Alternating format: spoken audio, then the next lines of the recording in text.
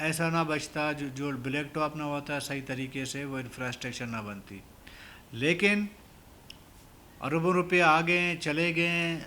آج بھی آپ جائیں گے مستنگ کنٹرات ہے. میں ایک چھوٹا سا مثال آپ کو دے رہا ہوں. اسی طرح بہت سارے اور علاقے ہیں. اب سرفراز بگٹی صاحب نے بھی بہت سارے نان الیکٹیبلس کو فنڈ دیا ہے. اور خود سرفراز بگٹی صاحب نے یہ اعتراف کیا اسمبلی فلور میں، ریکارڈ پر موجود ہے.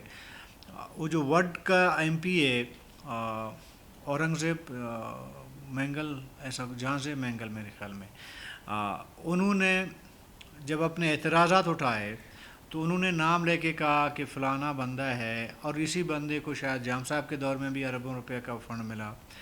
تو سرفراز بگٹی صاحب نے کہا کہ جی بالکل، اور جو اپنی اسکیم لے کے آئے گا تو میں اس کو فنڈ دوں گا. مطلب جو بھی آئے گا، اس کوئی تمیز نہیں ہے کہ کیسے آئے گا، کون ہے، کام ہوگا یا نہیں ہوگا، اس سے قطع نظر جو بھی آئے گا میں دوں گا. اگر جو ایم پی میرے پاس نہیں آیا تو اس کو فنڈ نہیں ملا ہے. تو اس کے جواب میں میر اسد بلوچ صاحب نے کہا تھا ہم نے تو پورا پرندہ آپ کے حوالے کیا تھا کہ جی یہ پروجیکٹس ہیں جو آن گوئنگ ہیں، کچھ نئے پروجیکٹس آپ نے وہ بھی ہمیں نہیں دیے. دیکھیں یہ میرے خیال میں پہلی بات تو یہ ہے کہ اگر ہم کہیں کہ جی پی ایس ڈی پی جو ہے وہ کسی ایم پی اے کو نہیں ملنا چاہیے، کتابوں میں باتوں میں یہ بات بڑا زبردست لگتا ہے، لیکن ریالٹی میں یہ بات کبھی ہضم نہیں ہوگا کسی ایم پی اے کو کہ اس کو پی ایس ڈی پی میں سے پیسے نہ ملے. پی ایس ڈی پی بنیادی طور پر آپ کے ایڈمنسٹریشن نے بنانا ہے. وہ ریکوائرمنٹ علاقے کا اور ضروریات کو دیکھ کے ظاہر ہے کہ پی ایس ڈی پی بنتی ہے. وہ تو نہ ہوگا نہ ہوا ہے، تو لے دے کے جو آپ کا پی ایس ڈی پی ہے وہ ایم پی ایز کے ذریعے ہونا ہے. تو پھر اگر یہ آپ نے لوجک بنایا ہے یا ایک روایت بنائی ہے کہ جی ایم پی ایز کے ذریعے ہی پروجیکٹ اور فنڈ ریلیز ہونے ہیں اور کام ہونا ہے، تو پھر ظاہر ہے کہ جو بھی ایم پی اے ہوگا وہ خواہ اپوزیشن سے ہو یا وہ حکومت سے ہو، تو جیسے تیسے آپ لیکن نوٹیفیکیشن تو ہے نا کہ جی وہ ایم پی اے ہے. کوئی کامیاب ہوا ہے نہیں ہوا ہے، زبردستی ہوا ہے 45 47 سے قطع نظر، لیکن جو اسمبلی کے اندر بیٹھا ہے تو ایم پی اے ہی سمجھا جائے گا نا. تو پھر سب کو ایک نظر سے دیکھا جانا چاہیے اور نان الیکٹیبل کو نہیں دینا چاہیے. لیکن سرفراز بگٹی صاحب نے بھی جام صاحب کی وہ روایت قائم کر رکھی ہے اب تک. تو اس سے میں آپ کو ایک بات بتا دوں، جام صاحب کو بخوبی اندازہ ہوا ہوگا، اس لیے انہوں نے مشورہ دیا ہے، میرا خیال ہے کہ جام صاحب کی حکومت کا خاتمہ جو ہے وہ کوئی سازش نہیں تھی. اگر سازش تھی بھی تو وہی لوگوں نے سازش کی تھی جن کو جام صاحب نے اپنے قریب رکھا تھا اور پی ایس ڈی پی میں سے سب سے زیادہ فنڈ دی تھی. اگر سازش کسی نے کی ہے تو انہوں نے کی ہے. باہر کے کسی نے جا کے سازش نہیں کی ہے. اپوزیشن کا جام صاحب سے ناراضگی یہی تھی کہ جی آپ نان الیکٹیبلز کو فنڈ دیتے ہیں اور ہمیں کیوں نہیں دیتے. تو یہیں سے وہ لاوا پکتا رہا اور آخر کار جام صاحب جو ہے وہ اس کی حکومت ختم ہو گئی. تو شاہ سرفراز بگٹی صاحب بھی اسی رستے پہ چل پڑے ہیں. اور لیکن سرفراز بگٹی صاحب کا ایک چیز جو مجھے لگتا ہے، جس طرح جام صاحب نے جمعیت کو ناراض کیا تھا، سرفراز بگٹی کی کوشش ہے کہ وہ جمعیت کو ناراض نہ کرے. یہ تھوڑا سا فرق ہے، باقی معاملات ایک جیسے ہیں. ہاں جام صاحب بڑے بڑے پروجیکٹ وغیرہ پہ کام کر رہے تھے، لیکن سرفراز بگٹی صاحب کا کوئی اس پی ایس ڈی پی میں اس بجٹ میں کوئی ایسا بڑا پروجیکٹ آپ کو نظر نہیں آئے گا. اس سے ویژن کا بھی اندازہ ہوتا ہے. جام صاحب کا ویژن میرے خیال میں کافی حد تک ڈیولپمنٹ کے حوالے سے کلیئر تھا، لیکن سرفراز بگٹی صاحب کا ڈیولپمنٹ وغیرہ سے کوئی مطلب ایسا کوئی ویژن نہیں ہے ان کا کہ جی ڈیولپمنٹ ہو. وہ معاملات کچھ اور ہیں. ابھی جی آتے ہیں شکایت پہ. دیکھیں ایک خبر چھپی ہے روزنامہ انتخاب میں ابھی اس کو پڑھ رہا تھا. اگر میں اس کو تھوڑا سا پڑھ لوں تو شاید کیونکہ یہ میری خبر نہیں ہے، یہ روزنامہ انتخاب کی اپنی خبر ہے۔ بلوچستان میں صوبہ اسمبلی کے ارکان نے فنڈز کی بندر بانٹ پر پیپل پارٹی کی قیادت کو وزیر اعلیٰ کے خلاف شکایت کر دی۔ صوبائی حکومت کی جانب سے فنڈ دینے کے معاملے پر پیپل پارٹی کے ارکان بلوچستان اسمبلی اور وزیر اعلیٰ سرفراز بھٹی سے نالاں ہو گئے۔ انہوں نے پارٹی کی قیادت کو سرفراز بھٹی کے خلاف شکایت کی انبار لگا دی ہے۔ ذرائع کے مطابق پارٹی قیادت نے ارکان صوبائی اسمبلی کی شکایت کا نوٹس لیا ہے، جس کے بعد chairman people party Bilawal Bhutto Zardari 4 جولائی سے بلوچستان کا دورہ کریں گے۔ اس دوران وہ پیپل پارٹی بلوچستان کے ارکان اسمبلی سے ملاقاتیں کریں گے اور ارکان کی شکایت دور کرنے کی کوشش کریں گے۔ ذرائع کا کہنا ہے کہ ارکان بلوچستان اسمبلی کو چند مخصوص ارکان کو فنڈ ملنے انہیں نظر انداز کرنے پر تحفظات ہیں۔ یہ ہے جی روزنامہ انتخاب کی خبر۔ دیکھیں یہ تو تحفظات کی ہم نے بات نہیں کی، لیکن ہم نے اگر جو ریگولر مجھے دیکھتے ہیں نا، میں نے بہت پہلے کہا تھا کہ پیپل پارٹی کے اندر جیسے کہ آپ کا گورگیج فیملی ہے، صادق عمرانی صاحب ہے، اس طرح سے بہت سارے لوگ ہیں جو وزیر اعلیٰ بلوچستان صاحب سے ناراض ہیں۔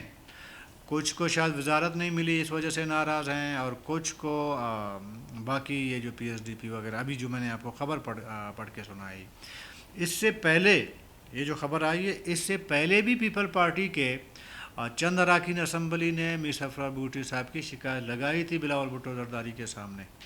یہ دوبارہ یہ شکایت لگائی گئی ہے، چونکہ 4 جولائی تو آج ہے جو میں آپ سے بات کر رہا ہوں۔ فی الحال تو بلاول بھٹو زرداری صاحب کوئٹہ نہیں پہنچے ہیں، اور کوئی اس طرح کا خبریں بھی نہیں ہیں کہ وہ آ جائیں گے کوئٹہ، لیکن ہو سکتا ہے آ جائیں۔ اس سے دیکھیں مجھے ہم نے 3-4 حکومتیں بڑے قریب سے دیکھی ہیں۔ ڈاکٹر مالک بلوچ صاحب، نواب اسلم رحسانی صاحب، نواب ثناء اللہ زہری صاحب، جام کمال خان صاحب، اب جو ہے سرفراز بھٹی صاحب۔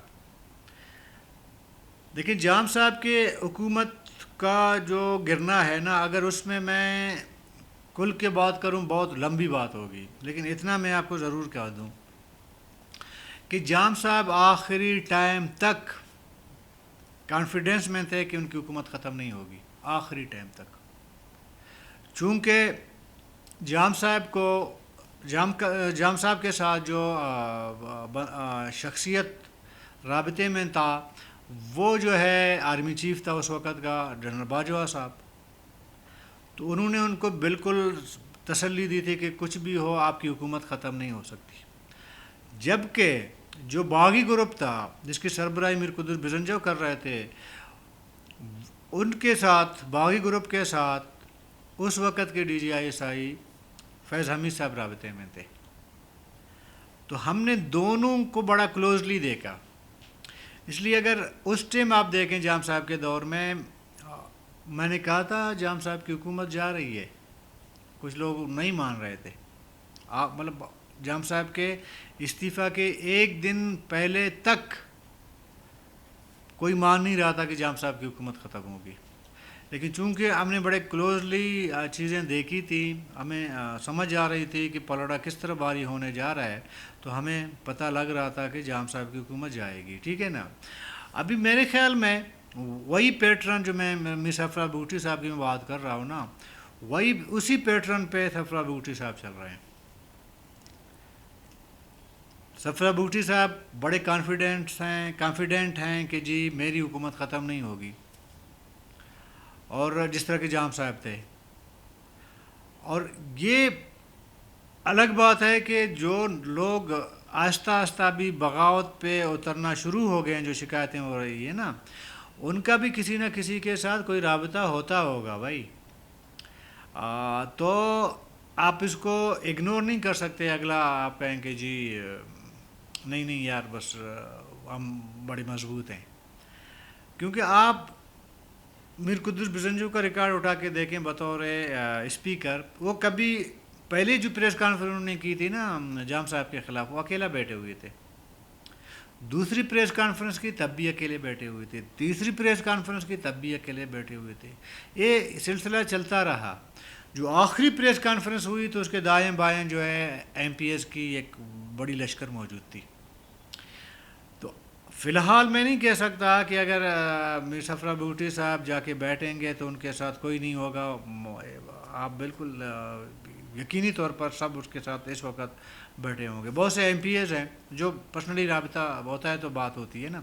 وہ کہتے ہیں کہ جی جام صاحب کے دور میں ہم نے قبل از وقت تھوڑا سا معاملات کو چھیڑا تو ہمیں نقصان ہوا، لیکن اس بار ہم آخری ٹائم تک دیکھیں گے کیا ہونے جا رہا ہے.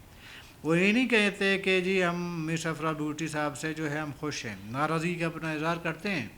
مطلب پی ایس ڈی پی ہے.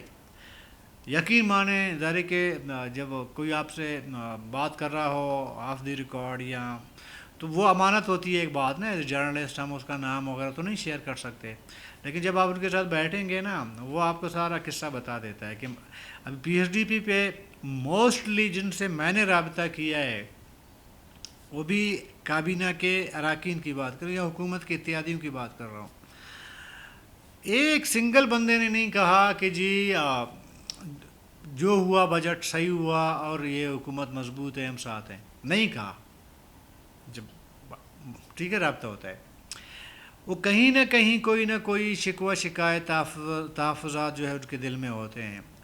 پی ایس ڈی پی جب بنی تھی اس پہ بہت سارے یہ جو حکومت کے اتحادی ہیں، خواہ وہ پیپل پارٹی سے ہیں یا نون لیگ سے ان کا تعلق ہے، باپ سے ہے، وہ جن سے میں اپنی ذات کی بات کروں رابطہ ہوا ہے، وہ کہتے ہیں جی ہم سے مشورہ ہی نہیں کیا گیا ہے.